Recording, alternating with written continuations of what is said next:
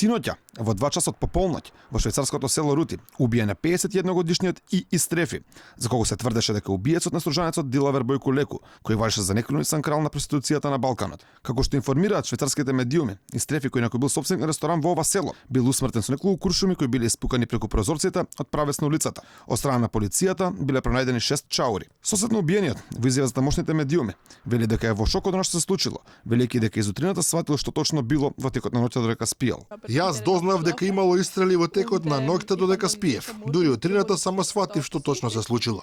Во шок од тоа што се случи во непосредна близина. Тоа може насекаде да се случи. Швајцарските медиуми ги поврзуваат токму семејствата Бојко и Ис Трефи и за ова убиство. Тие пишуваат дека меѓу нив имало нетрпеливост и дека причината за убиството е крвна одмазда. Тамошните медиуми прашуваат дали станува збор за одмазничка акција. Како што тврдат тие, собственикот на ресторанот барем не е првата жртва на крвната одмазда. Според нивните пишувања се започна во 2015 година, кога синот на сега убиениот Ис Трефи, 23-годишниот Цитам, бил убиен во Струга, а ранет бил и неговиот помал 18 годишен син. Како што е познато во јавноста, во август 2017 година беше убиен Дилавер Бојко.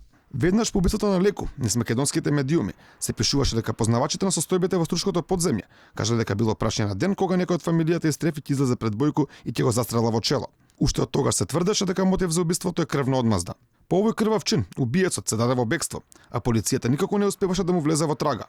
Инаку ова е само еден од обвинетите за убиство кои се недостапни за органите. Во бегство е осомничениот за убиството на Мартин Јанушев, иако од овој настан мина повеќе од една година, како извршителите на двојното убиство на Рузвелтова, пред речиси 3 месеци. Во бегство е еден од обвинетите за убиството на младиот навивач Никола Саздовски.